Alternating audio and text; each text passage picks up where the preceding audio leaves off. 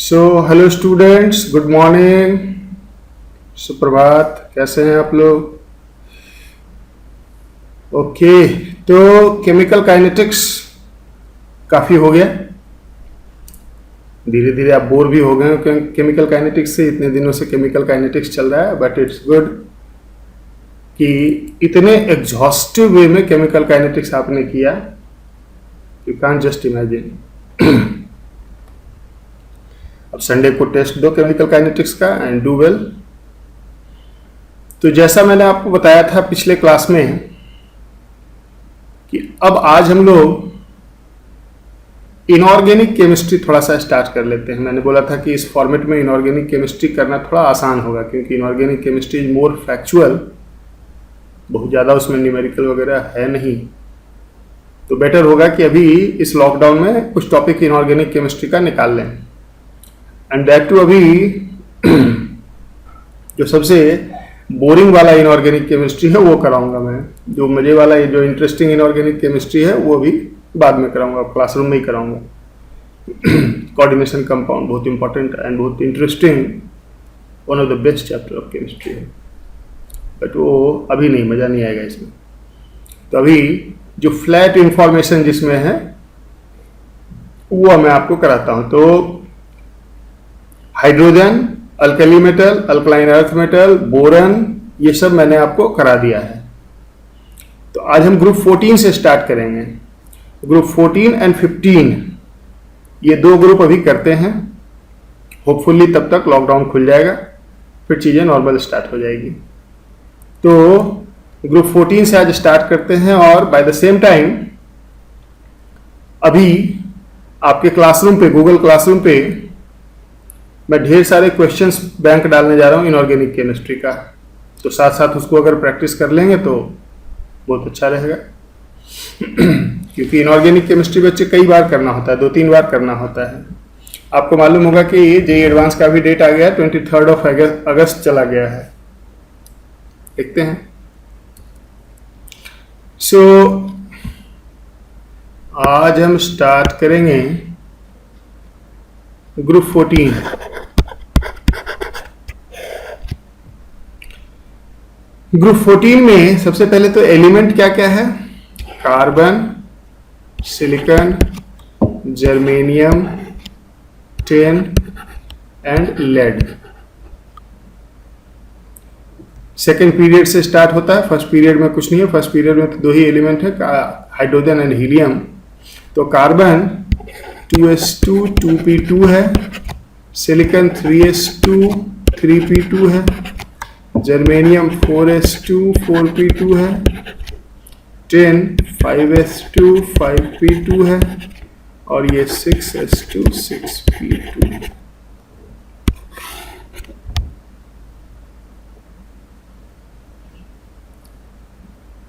हमें इसमें mainly carbon and silicon पे अभी कंसंट्रेट करना है।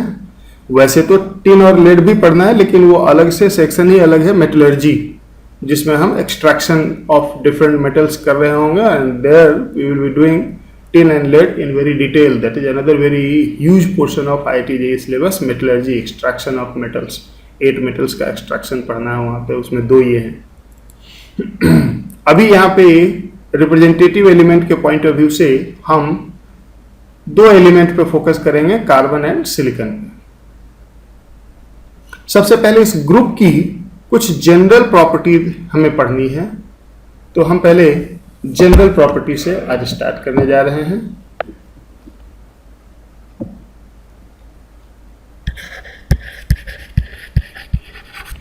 General properties of group 14 elements.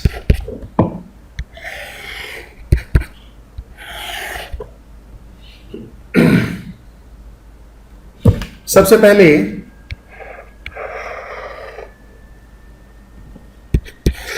इनके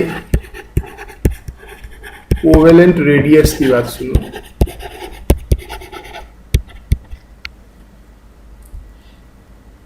As we all know, down the group radius increase करता है,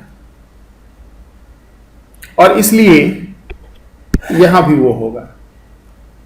लेकिन जब हम कार्बन से सिलिकॉन में जाएंगे तो significant increase in covalent radius हमें ऑब्जर्व होगा। लेकिन जब सिलिकॉन से जर्मेनियम में जाएंगे तो उतना बड़ा हमें इंक्रीज नहीं दिखेगा। कारण क्या होगा कि जर्मेनियम में 3d10 आ जाएगा इस 4s के पहले, टिन में 4d10 आ जाएगा और लेड में तो 4f भी आ जाएगा, 5d के पहले 4f भी आ जाएगा। यहां तो 4f14 भी आ जाएगा, फिर जाके 5d10 होगा, फिर 6x2 6p2।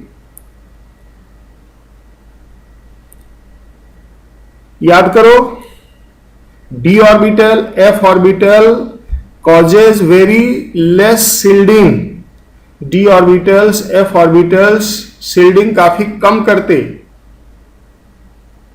तो उससे क्या होता है, इफेक्टिव न्यूक्लियर चार्ज बढ़ जाता है, न्यूक्लियस पे नेट पॉजिटिव चार्ज बढ़ जाता है और न्यूक्लियस वैलेंस सेल को स्ट्रांगली अट्रैक्ट करता अपने तरफ और साइज कॉन्ट्रैक्ट करता। इसलिए जब हम सिलिकॉन से कार्बन पे जाएंगे तो एक significant increase in covalent radius हमें दिखेगा, लेकिन सिलिकॉन से जर्मेनियम पे जाएंगे तो उतना इंक्रीज नहीं होगा।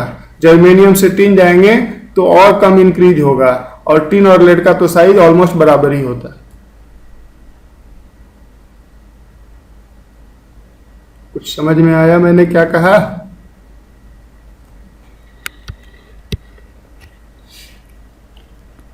In general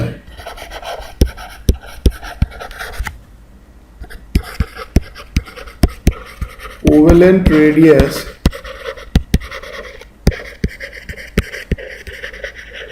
increases down the group. However,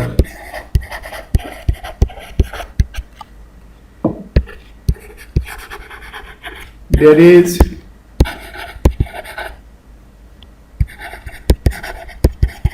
significant increase in size from carbon to silicon. There is small increase in size from silicon to germanium to tin to lead. It is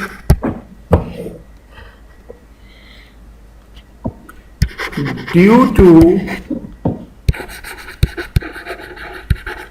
presence of filled D and F orbitals in the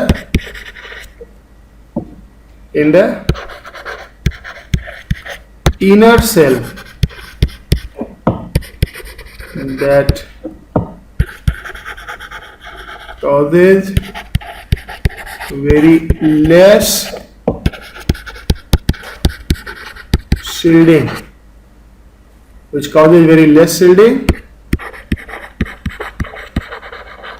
increases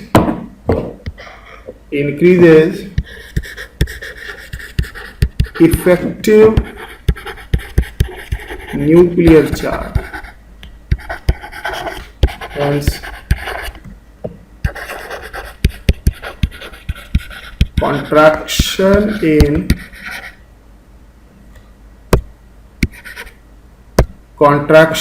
in sizes observed. समझ गए ना? ये तो हो गया size की बात। दूसरा,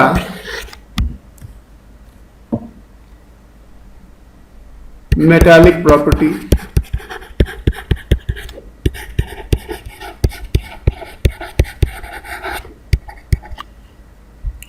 In general, metallic property increases down the group. और पीरियड में लेफ्ट टू राइट डिक्रीज करता है, इसलिए लेफ्ट साइड में मेटल है, राइट साइड में नॉन मेटल है, राइट साइड में ऊपर में नॉन मेटल है, नीचे मेटल है, यहां भी वही होगा. Metallic property increases, metallic property increases down the group. Carbon and silicon are non-metals. ये दोनों non-metals हैं. Germanium in between metal and non metal है, इसलिए इसको मेटलॉइड कहते हैं. Germanium is metalloid. Tin and lead are metals. इसके बाद आ जाओ फिजिकल प्रॉपर्टी में एक दो और प्रॉपर्टी देखो. डेंसिटी,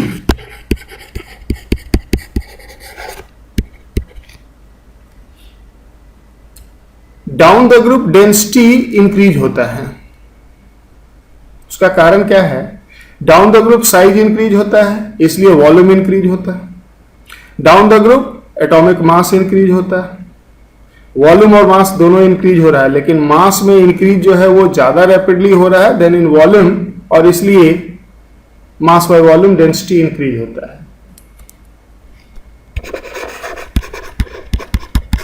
डेंसिटी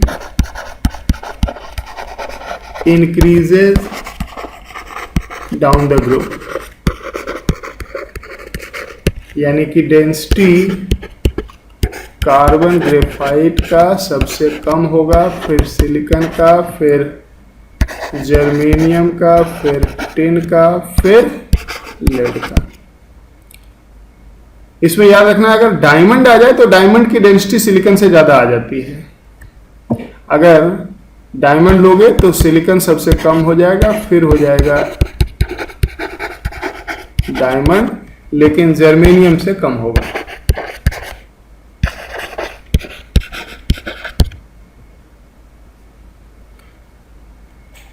तो ये है डेंसिटी. अब इसके बाद आ जाओ एक fourth property that is very important, oxidation state. इस ग्रुप की वैलेंस शेल कॉन्फ़िगरेशन क्या है?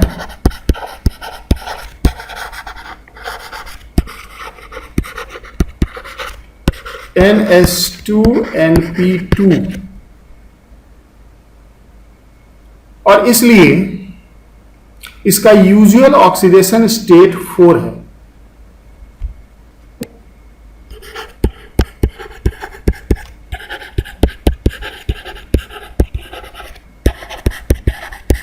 State is +4. It also shows +2 oxidation state.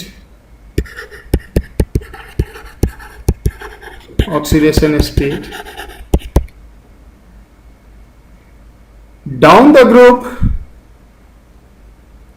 tendency to show +2 oxidation state increases. That is the most important thing जिसको हम समझेंगे इसमें. Down the group,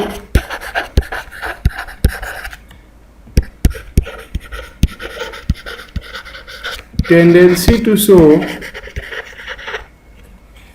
+2 oxidation state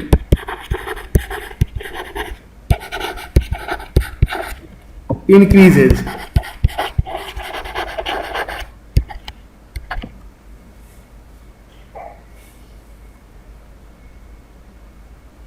समझ गए? +2 ऑक्सीडेशन स्टेट शो करने की टेंडेंसी इंक्रीज होती है, यानी कि अगर हम सिलिकॉन के टिन की बात करें तो टिन +2 भी शो करता है, +4 भी शो करता है, लेकिन लेड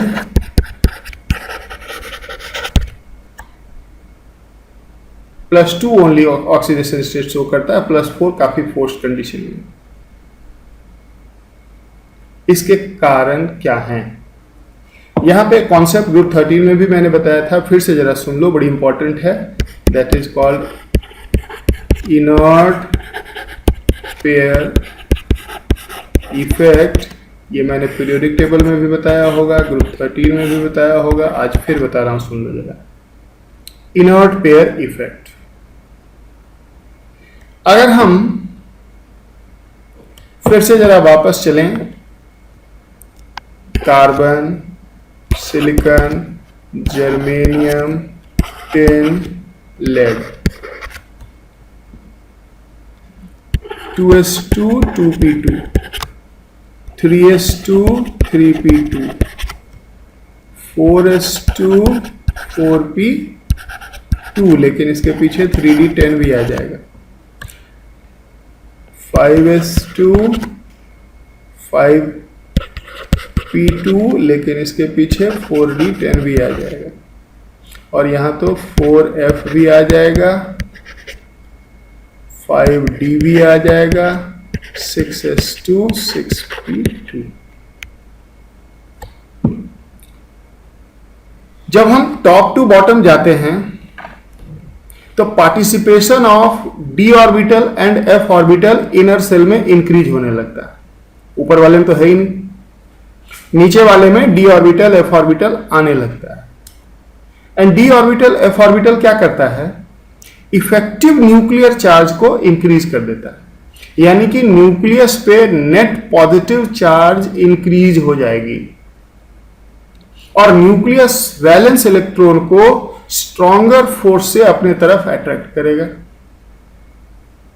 अगर न्यूक्लियस वैलेंस इलेक्ट्रॉन को स्ट्रॉन्गर फोर्स से अपने तरफ अट्रैक्ट करेगा तो उस इलेक्ट्रॉन का निकलना मुश्किल हो जाएगा ना? So, as we move down in a group, effective nuclear charge increases. What happens? Ionization of this s2 electron valence shell के s ऑर्बिटल के 2 इलेक्ट्रॉन का आयोनाइजेशन डिफिकल्ट होने लगता है, और बॉटम मोस्ट एलिमेंट में जाके वैलेंस सेल के s ऑर्बिटल का इलेक्ट्रॉन्स का निकलना लगभग नामुमकिन हो जाता है। तो हम कहते हैं कि वैलेंस सेल का 1 पेयर ऑफ इलेक्ट्रॉन, s वाला दोनों इलेक्ट्रॉन इनर्ट हो गया, नहीं आयोनाइज होगा, और इसलिए वो 2 ही इलेक्ट्रॉन p वाला केवल लूज कर सकेगा और ऑक्सीडेशन स्टेट +2 शो करेगा। समझ में आया? So as we move down in a group,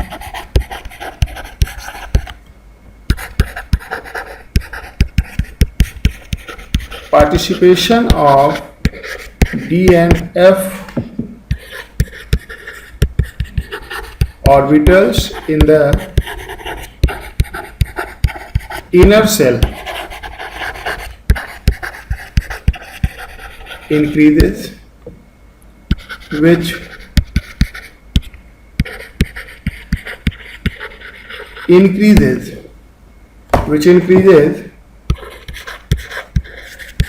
effective nuclear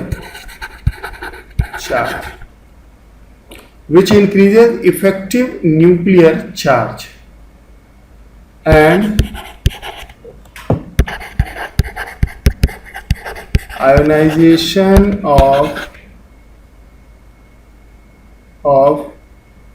s electrons of the valence shell कौन वाला? NH2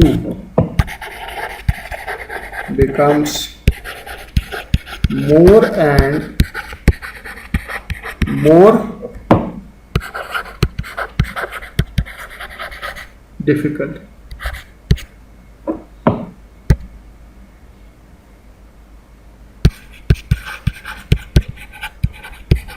Ionization of NH2 of the bottommost element becomes almost impossible, and it shows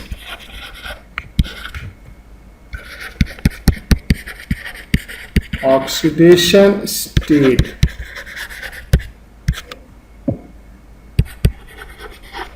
two unit less than its group oxidation state.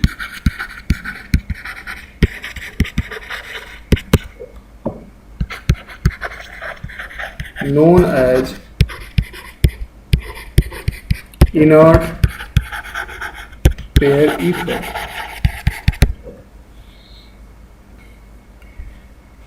तो अगर हम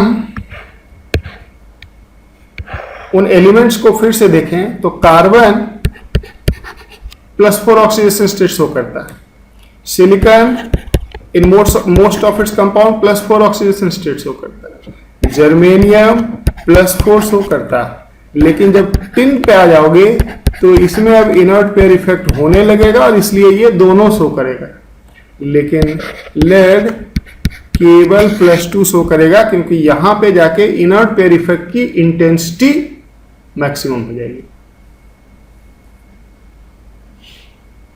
इस पे एक बड़ा common सा क्वेश्चन आता है, जरा सा उसको देख लो। क्वेश्चन आता है कि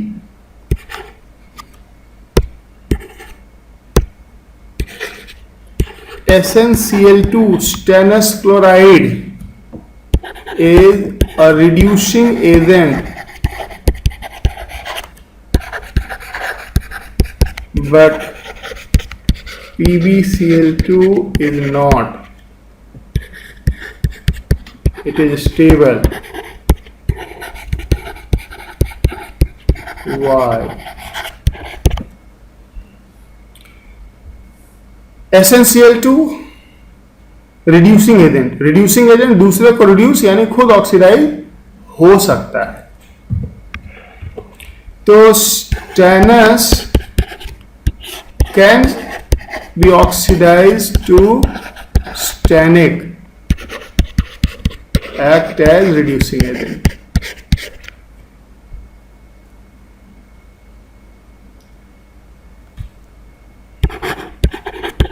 lead not oxidized due to inert pair effect, hence stable, and PbCl2 does not act as reducing agent. ये बात ग्रुप 13 में भी, ग्रुप 15 में भी एज सच अप्लाई होता है और पूछा जाता है। अब मान लो अगर इसको हम रेफरेंस लें ग्रुप 13 का, तो ग्रुप 13 में boron, aluminium, gallium, indium and thallium, boron, aluminium, gallium, indium, thallium. NH2 NP1 इसका ग्रुप वैलेंसी है 3। इंडियम पे जब आएंगे तो ये +3 के साथ +1 भी शो करेगा क्योंकि इसके वैलेंस शेल का 2 इलेक्ट्रॉन इनर्ट पेयर इफेक्ट अब शो करने लगेगा। और जब थैलियम पे आओगे तो सिर्फ +1 शो करेगा। That is the reason why indium chloride is reducing agent but helium chloride is not. वही एक्सप्लेनेशन है. ग्रुप 15 में आ जाओ. ग्रुप 15 में nitrogen, phosphorus, arsenic, antimony and bismuth.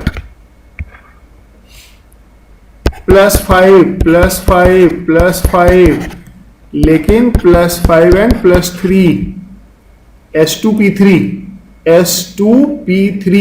S2 वाला इनर्ट हो जाएगा तो केवल 3 इलेक्ट्रॉन आयनाइज हो सकेगा.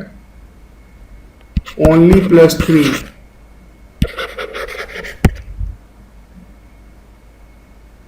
So SbCl3 is a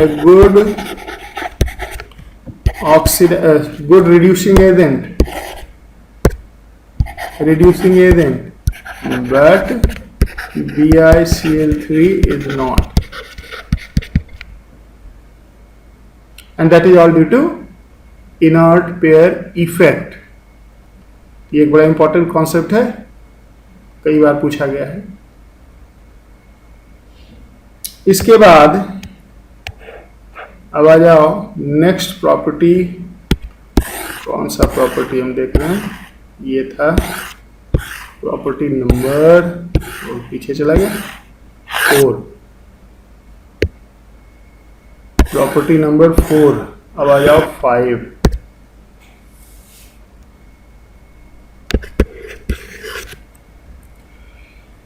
nature of oxide.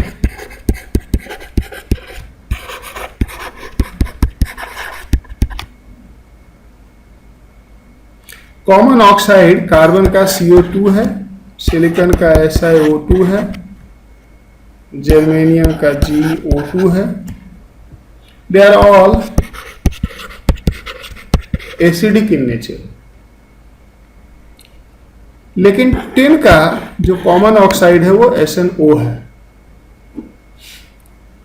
Lead का कॉमन ऑक्साइड है PbO and they are amphoteric, means reacts with both acid and base.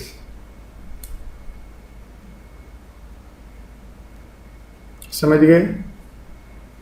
वैसे कार्बन मोनोऑक्साइड भी बनाता है. तो एक पॉइंट इसमें और देख सकते हैं कि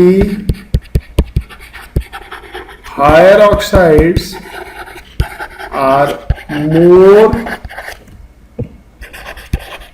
एसिडिक. कार्बन मोनोऑक्साइड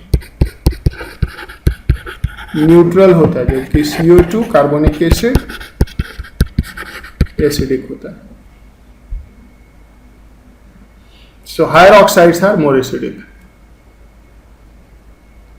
समझ गए? तो ये हो गया ऑक्साइड की property. Number 6, action of water. Carbon, silicon, germanium are not affected by water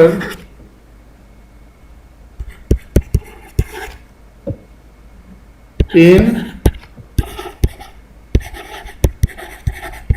ordinary condition.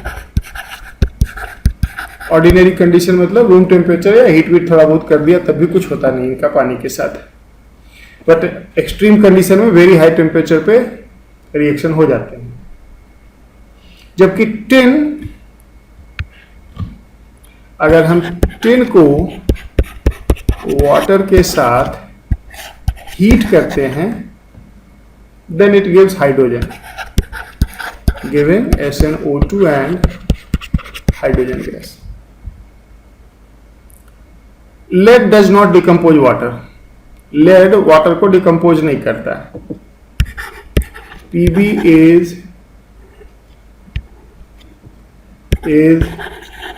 not affected not affected by water due to presence of protective layer of oxide on surface. Lead के surface पे lead oxide का एक protective layer बन जाता है, जिसके वजह से फर्दर लेड का रिएक्शन नहीं होता, लेड की रस्टिंग वस्टिंग नहीं होती है। Lead is not rusted. समझ गए? और यही कारण है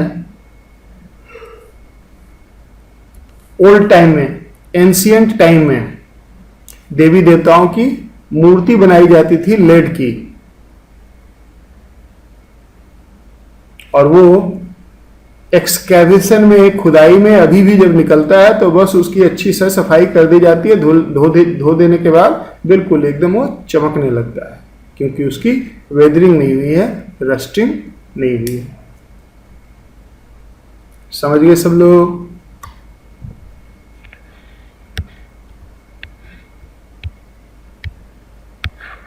तो एक्शन ऑफ वाटर। इसके बाद आ जाओ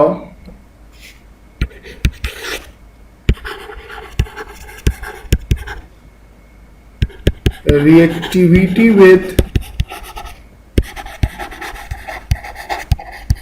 हैलोजेंस।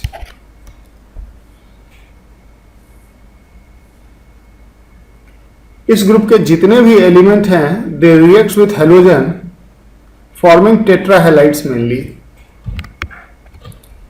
कार्बन फ्लोरीन के साथ हीट करो CF4 बन जाए।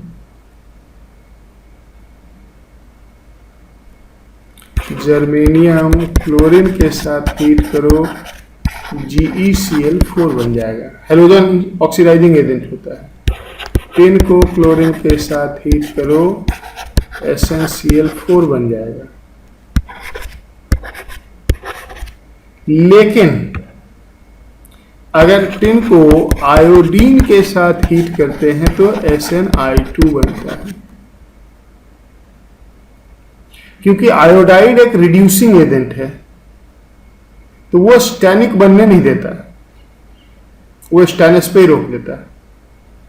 जबकि लेड किसी के साथ, चाहे क्लोरीन के साथ हो या ब्रोमीन के साथ हो या आयोडीन के साथ हो, ये PbCl2 ही बनाएगा, PbBr2 ही बनाएगा और PbI2 ही बनाएगा हीट करने पे, क्योंकि due to inert pair effect they do not show higher oxidation state in normal condition.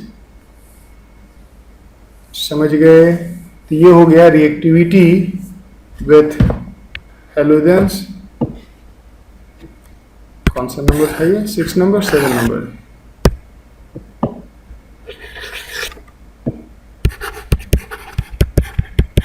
Ability to form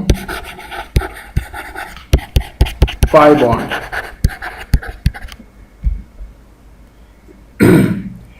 pi bond एक वीक इंटरेक्शन होता है और उसके लिए बॉन्ड फॉर्मिंग एटम्स को पास होना जरूरी है, यानी कि स्मॉलर साइज का हो, और इसलिए pi bonding ability down the group decrease करता है। समझा?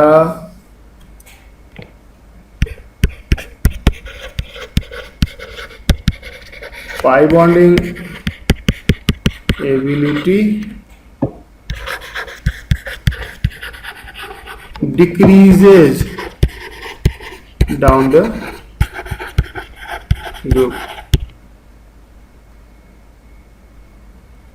ये कुछ जनरल प्रॉपर्टीज मैंने आपको ग्रुप 14 एलिमेंट्स के बताए। अब इसके बाद स्पेसिफिक कार्बन और सिलिकॉन को पढ़ना है हमें।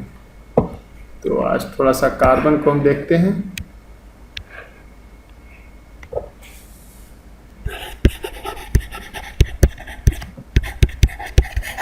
Chemistry of carbon. सबसे पहले कार्बन की एलोट्रॉपी के बारे में थोड़ा सा जानना।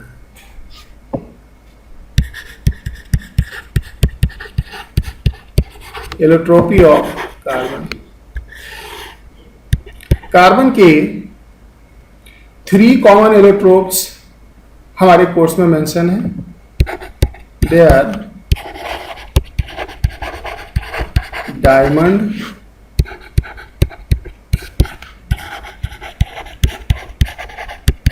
ग्रेफाइट एंड फुलेरिन, जिसे कि बक्की बॉल भी कहते हैं। इनके स्ट्रक्चरल फीचर थोड़ा सा आपको जानना है। तो सबसे पहले डायमंड। डायमंड में कार्बन का एक नेटवर्क स्ट्रक्चर होता है, जिसमें कार्बन टेट्राहेड्रली 4 कार्बन के साथ सिग्मा बॉन्डेड होता है, सिंगल बॉन्डेड होता है, और वो 3D में चारों तरफ एक्सटेंड हो रहा होता है।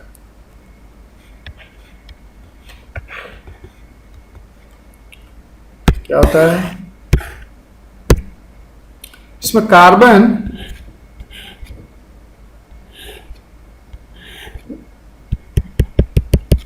इस तरह से 4 कार्बन से टेट्राहेड्रली बॉन्डेड है, और ये सभी कार्बन फर्दर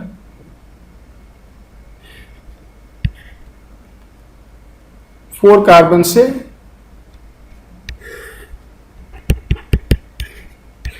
टेट्राहेड्रली बॉन्डेड होगा। देखो ये हो गया 4, 1 2 3 4। इसी तरह से फिर ये वाला कार्बन भी अगर हम देखें तो इस तरह से जाएगा, और इस तरह से होगा। तो ये 3D में चारों तरफ से एक्सटेंड हो रहा होगा। So it has 3-dimensional network structure in which each carbon is tetrahedrally bonded to 4 carbon by single sigma covalent bond। और इस सिग्मा बॉन्ड का लेंथ जो होता है 154 पिकोमीटर होता है। ये कार्बन कार्बन सिंगल बॉन्ड का लेंथ होता है 1.54 एंगस्ट्रॉम। समझ गए? तो सिंगल सिग्मा कोवेलेंट बॉन्ड के थ्रू ईच कार्बन बॉन्डेड होता है। अगर हम सॉलिड स्टेट के टर्म में बात करें तो आपको सॉलिड स्टेट में इसका स्ट्रक्चर मैंने करवाया था, अगर आपको याद होगा, डायमंड का स्ट्रक्चर, जिसमें कार्बन का FCC होता और साथ में अल्टरनेट टेट्राहेड्रल वॉइड में कार्बन होता। सो इन terms of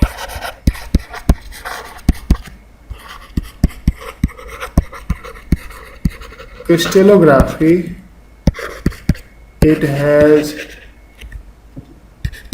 FCC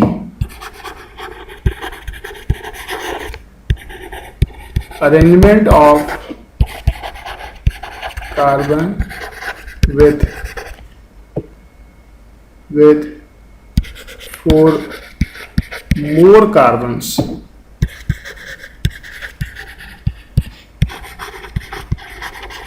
present in alternate tetrahedral voids।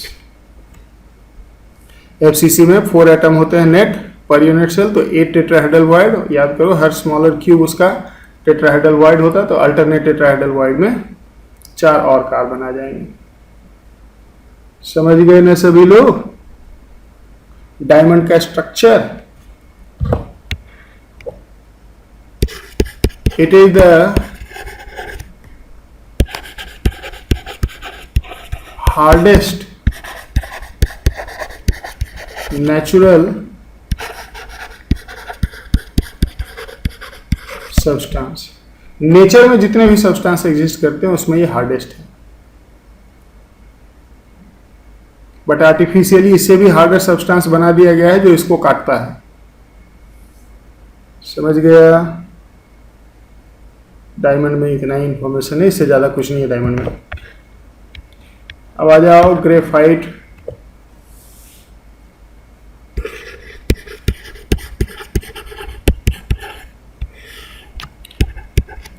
It has layered structure, has layers of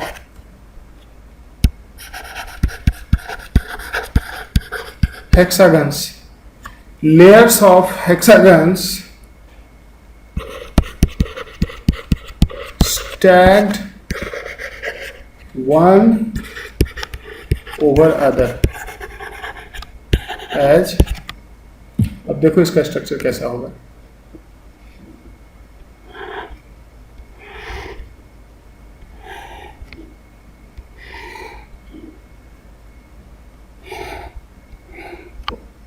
ये एक हेक्सागन मैंने बनाया, यहाँ पे कार्बन, यहाँ पे कार्बन है, यहाँ पे, यहाँ पे, यहाँ पे और यहाँ पे।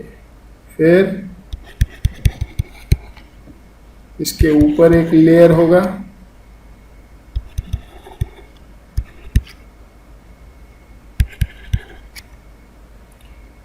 कार्बन यहाँ भी होगा,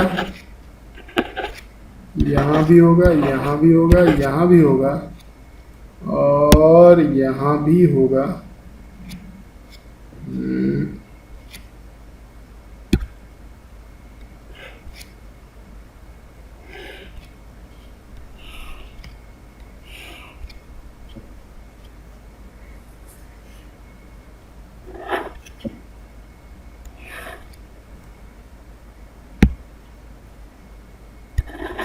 है ना?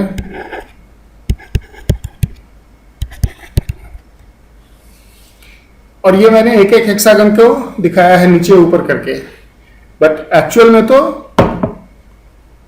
में तो हर प्लेन में ये हेक्सागन एक्सटेंड हो रहा होगा, है ना? हर प्लेन में ये हेक्सागन एक्सटेंड हो रहा होगा इस तरह से। इसके ऊपर फिर बनेगा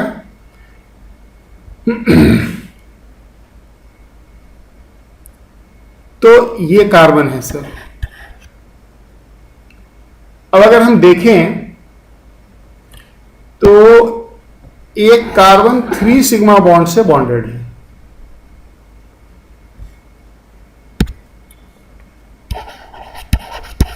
each carbon is associated with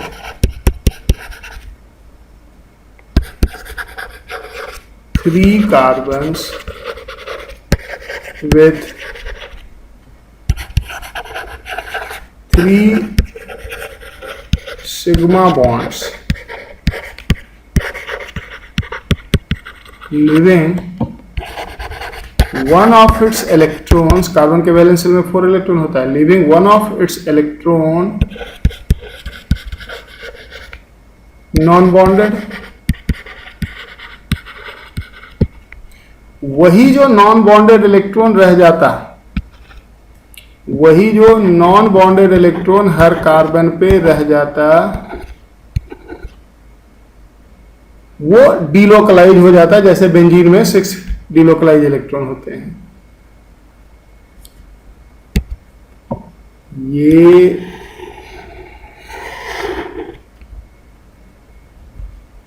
six electron delocalised हैं यहां पे, और यही डिलोकलाइज्ड इलेक्ट्रॉन ग्रेफाइट को इलेक्ट्रिकली कंडक्टिंग बना देता है, despite it is a non metal. सुना है ना, ग्रेफाइट इलेक्ट्रिकली कंडक्टिंग होता है। सो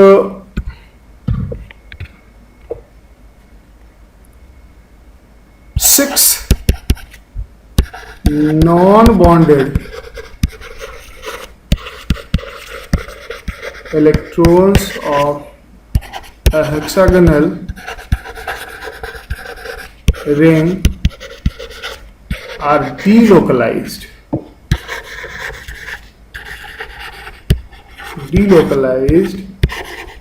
like in bringing, यही delocalized इलेक्ट्रॉन इसको इलेक्ट्रिकली कंडक्टिंग बनाता है। These free electrons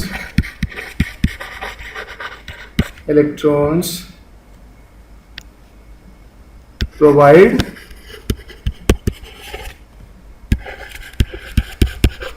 electrical.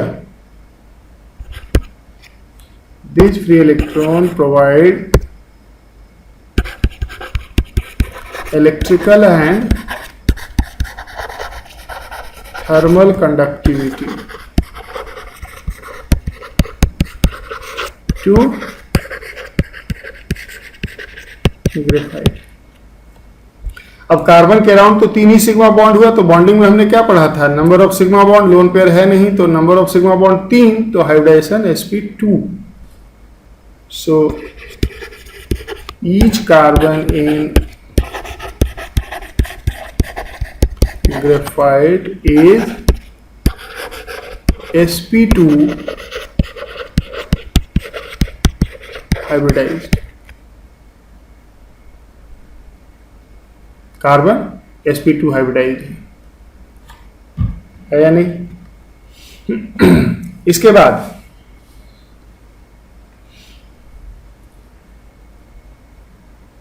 Adjacent layers के बीच में कोई केमिकल बॉन्ड नहीं है।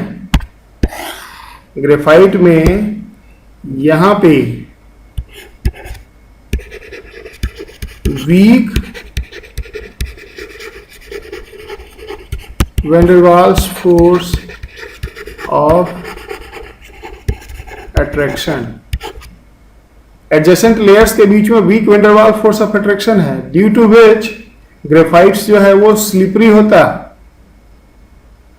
और लुब्रिकेंट की तरह यूज होता है, हैवी मशीनरी में ग्रीस के काम में आता है।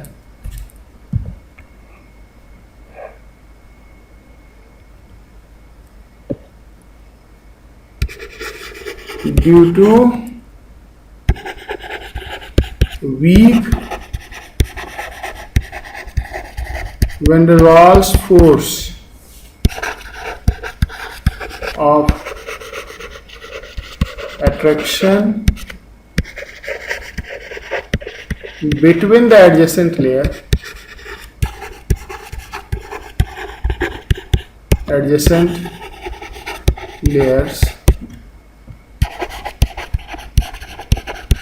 graphite is soft and slippery, soft and slippery। आ रहे हो, आ जाओ।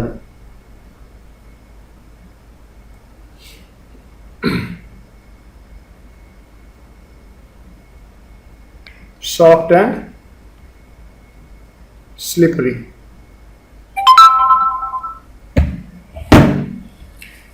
समझ गए ना। So graphite is soft and slippery. तो ये हो गया ग्रेफाइट की कहानी। बॉन्ड लेंथ वगैरह इसमें याद रखें तो अच्छा होगा। ये कार्बन कार्बन के बीच 142 पिकोमीटर होता है और दो लेयर के बीच में अराउंड 340 पिकोमीटर होता है बिटवीन एडजेसेंट लेयर। समझ गए? इसके बाद तीसरा आता है फुलेरिन।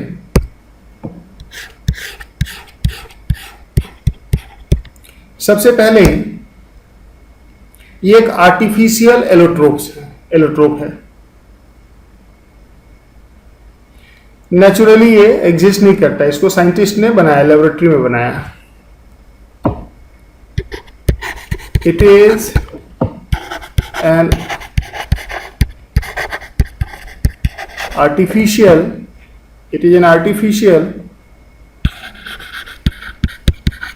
Allotrope of carbon. इसे बनाया जाता है ग्रेफाइट को in presence of inert gas, helium या और आर्गन के प्रेजेंस में हीट करते हैं।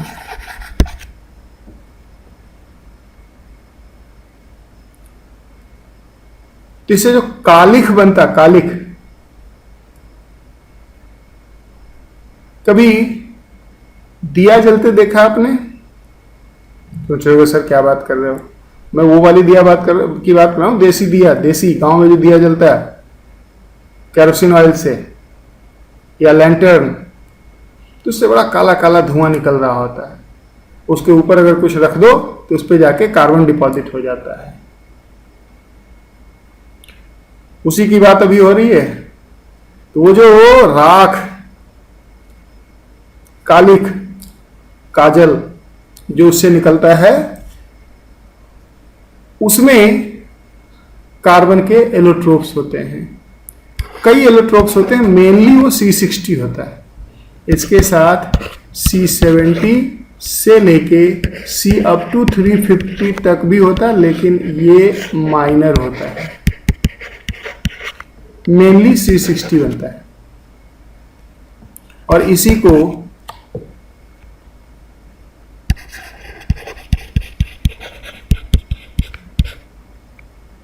Buckminster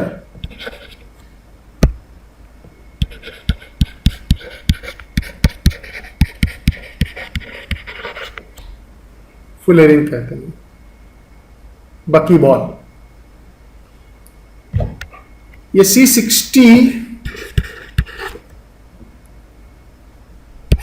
has soccer ball like structure. Soccer ball like structure जिसमें कुछ 6 मेंबर्ड और कुछ 5 मेंबर्ड रिंग होते हैं। फुटबॉल को देखा है ढंग से कभी? तो उसके सरफेस पे जाके देखना, जो लेदर्स होते हैं उसमें कुछ लेदर्स के जो ब्लॉक होते हैं वो हेक्सागोनल होते हैं, कुछ पेंटागोनल होते हैं। So soccer ball like structure with 20 hexagonal ring and 12 pentagonal rings होते हैं। अच्छा, एक और खास बात उसमें वो होता है, ये होता है कि उसमें जो हेक्सागोनल रिंग होता है वो शेयर हो सकता है हेक्सागन से भी, पेंटागन से भी। उसके अराउंड हेक्सागन पेंटागन दोनों हो सकते हैं, लेकिन पेंटागोनल रिंग के अराउंड केवल पेंटागन ही होंगे।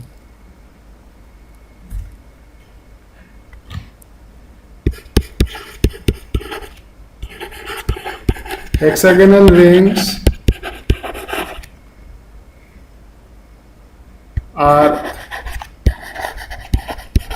Shared by hexagonal or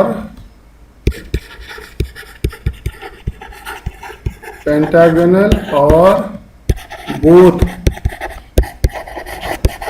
type of rings, but pentagonal rings are shared by only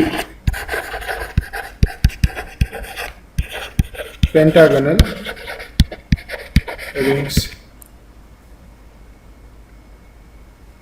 समझ गए? तो ये है कहानी कार्बन के एलोट्रोप्स की। अब इसके बाद कार्बन के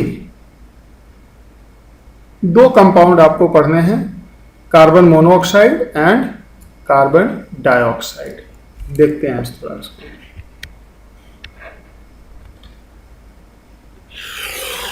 ग्रुप 14 छोटा सा है, मेनली ग्रुप 15 है। ग्रुप 15 काफी बड़ा है, उसमें बहुत कुछ है।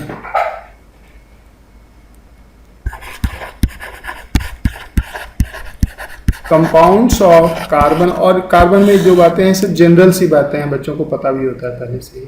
सिलिकॉन में थोड़ा सा है इंटरेस्टिंग बात। सबसे पहले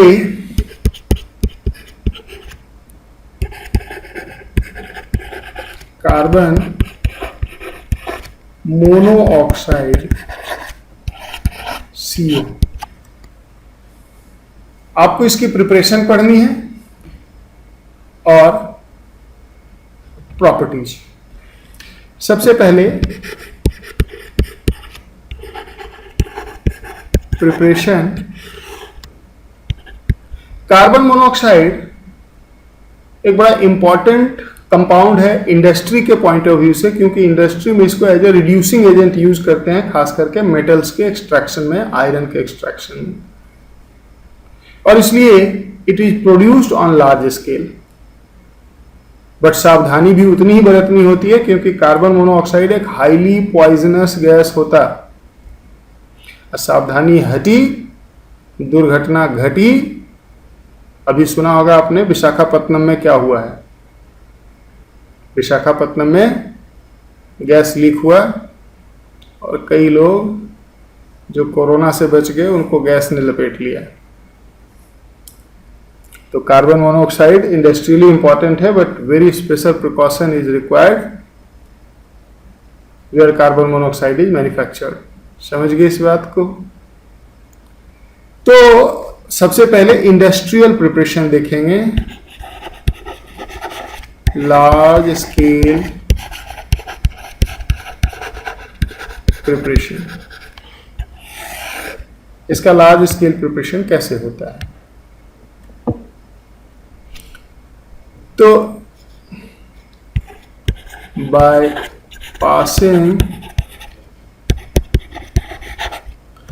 passing carbon dioxide gas over red hot charcoal.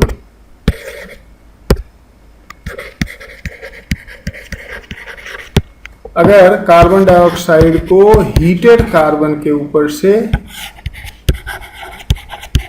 पास कर दो तो कार्बन डाइऑक्साइड का रिडक्शन हो जाता है, CO बन जाएगा। CO2 is reduced when reacted with carbon at high temperature। या फिर by passing steam over charcoal और हाइड्रोकार्बन।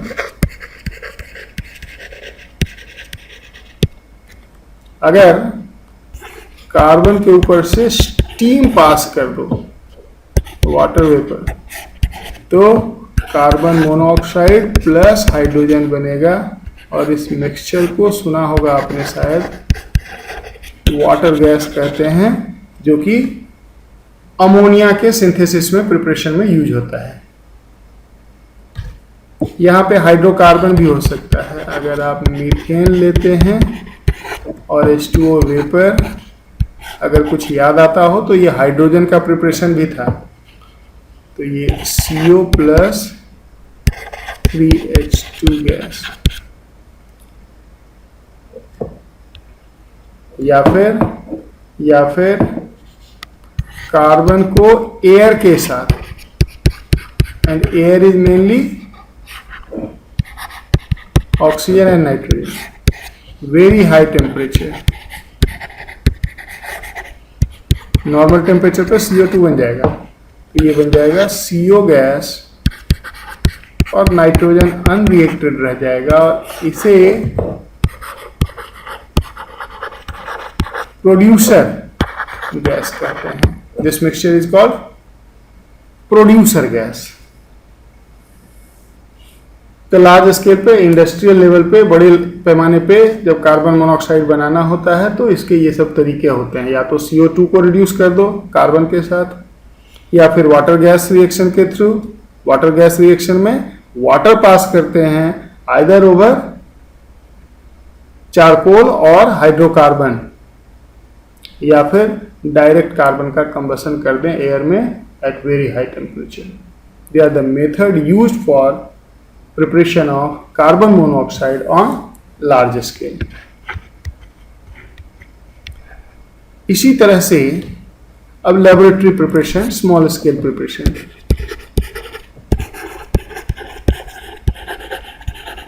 लेबोरेटरी प्रिपरेशन, लैब में कार्बन मोनोऑक्साइड कैसे बनाते हैं, ये रिएक्शन कई बार पूछा गया है, जो फर्स्ट रिएक्शन मैं लिख रहा हूं। By dehydration of formic acid और oxalic acid with concentrated sulphuric acid. याद रखना, कंसंट्रेटेड सल्फ्यूरिक एसिड पानी लेता है, डिहाइड्रेटिंग एजेंट होता है। बाय डिहाइड्रेशन ऑफ फॉर्मिक और oxalic acid with concentrated H2SO4, HCOOH, concentrated H2SO4 क्या करेगा, ये पानी निकाल लेगा उससे। तो जब पानी निकाल लेंगे तो बचेगा क्या, CO। ऑक्जेलिक एसिड होता है H2C2O4। इसे जब कंसंट्रेटेड सल्फ्यूरिक एसिड के साथ हीट करते हैं then it gives H2O, CO2 plus CO, जरा ध्यान दो, sorry CO plus CO, CO2 plus CO ना, एक ऑक्सीजन, दो तीन ऑक्सीजन, एक चार ऑक्सीजन। तो ऑक्जेलिक एसिड को जब हम कंसंट्रेटेड सल्फ्यूरिक एसिड के साथ ट्रीट करते हैं तो मिक्स्ड ऑक्साइड ऑफ कार्बन बनता है, कार्बन मोनोऑक्साइड भी बनता है और कार्बन डाइऑक्साइड भी बनता है। That is important.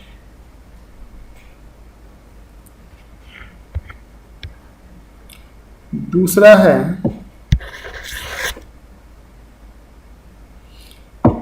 By heating potassium ferrocyanide K4FeCN6 with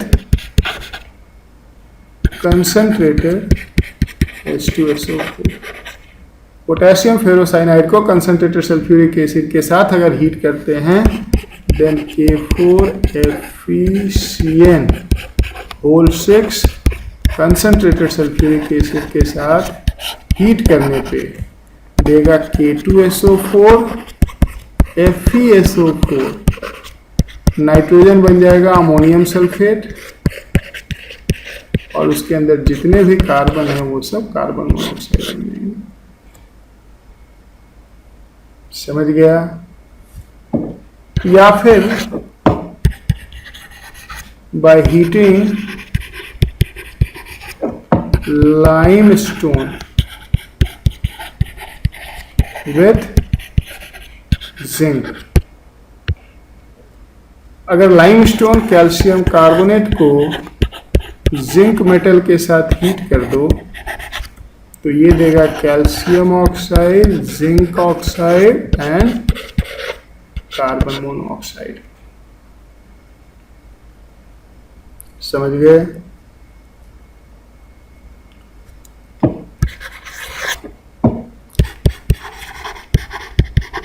heating metal oxides with carbon।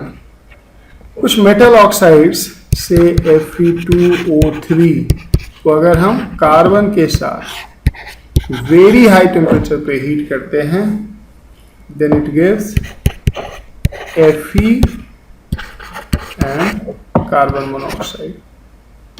Zinc oxide भी यहां पे ले सकते हैं। हीट करो, जिंक प्लस कार्बन मोनोऑक्साइड। ये सब रिएक्शन है जिससे कि कार्बन मोनोऑक्साइड प्रोड्यूस होता है। इसके बाद कार्बन मोनोऑक्साइड की प्रॉपर्टी को जरा सुन लेते हैं। प्रॉपर्टी सिंपल है, कुछ खास नहीं है इसके प्रॉपर्टी में।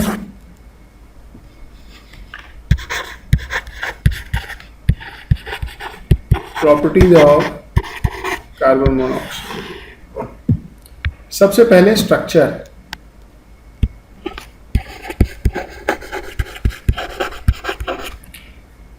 कार्बन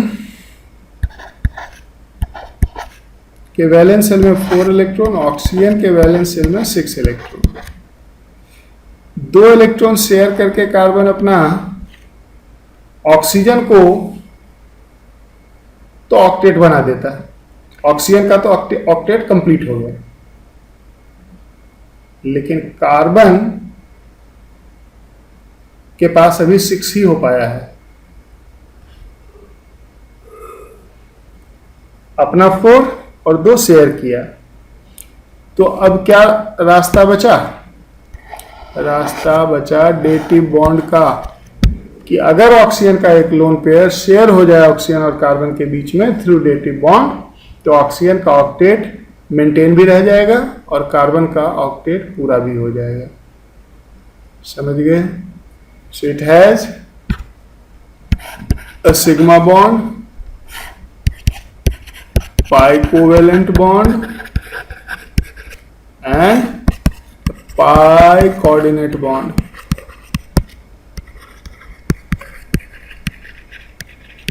pi coordinate क्योंकि सिग्मा बॉन्ड पहले ही बन रखा है।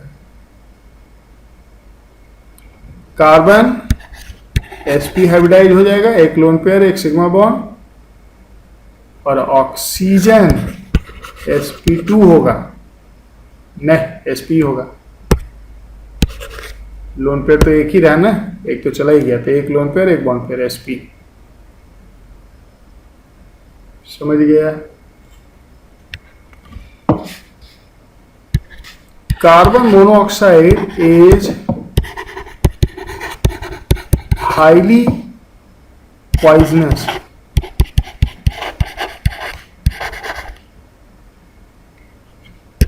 To human. कारण हीमोग्लोबिन के अंदर जो आरबीसी होता है, रेड ब्लड कॉर्पसल्स जो होता है, उसके अंदर आयरन होता है। और उसका काम क्या होता है आरबीसी का? एटमॉस्फेयर से ऑक्सीजन को बॉडी के अंदर ले जाना, और वही ऑक्सीजन हमारे बॉडी के अंदर मेटाबॉलिज्म में यूज होता है। मेटाबॉलिज्म सिंपली कंबशन है। तो जो हमारा बॉडी का जो एनर्जी है, सोर्स ऑफ एनर्जी है, वो मेटाबॉलिज्म है, और उसके लिए ऑक्सीजन चाहिए जो आरबीसी बॉडी के अंदर लेके जाता है।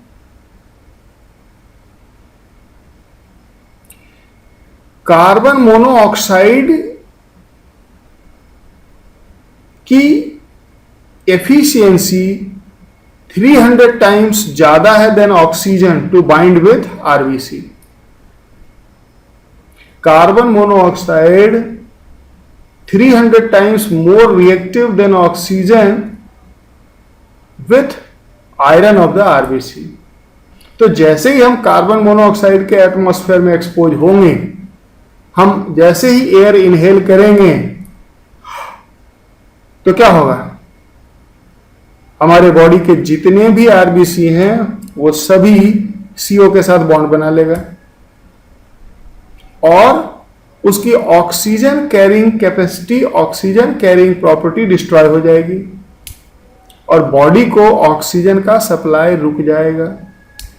तो जब फ्यूल ही रुक जाएगा बॉडी को, तो बॉडी भी रुक जाएगी, है या नहीं?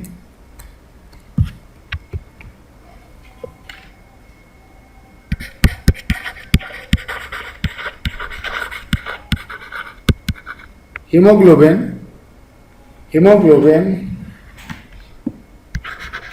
has affinity for carbon monoxide about 300 times more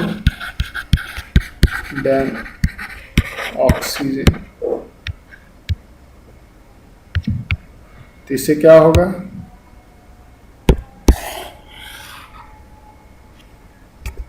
Therefore, all RBC, red blood corpuscles, binds to carbon monoxide, supply of oxygen to the body is stopped। आगे क्या होगा लिखने की जरूरत नहीं है, मैंने बता ही दिया आपको। जब ऑक्सीजन की सप्लाई बॉडी को रुक जाएगा तो लिखेंगे कैसे? तो मर ही जाएंगे ना। So oxygen to the body stop, therefore carbon monoxide is highly toxic। Carbon monoxide is a neutral oxide। Neutral oxide का मतलब न एसिडिक न बेसिक है। ये लिटमस पेपर के कलर को चेंज नहीं करता, लिटमस पेपर के कलर को चेंज नहीं करता, यानी कि ना तो एसिड है ना बेस है। Is a strong reducing agent, ये एक स्ट्रॉन्ग रिड्यूसिंग एजेंट है। कार्बन मोनोऑक्साइड ऑक्सीडाइज हो जाता है CO2 में and therefore act as a reducing agent. समझ गए? तो आज इतना, कल कार्बन डाइऑक्साइड कराएंगे आपको और उसके बाद फिर सिलिकॉन की केमिस्ट्री कल करेंगे। तो ग्रुप 14 कल हो ही जाएगा, इसमें ज़्यादा कुछ नहीं है। मेन है ग्रुप 15, ग्रुप 15 में टाइम लगेगा और तब तक उम्मीद करते हैं लॉकडाउन खुल जाएगा। ठीक है ना? Okay, thank you.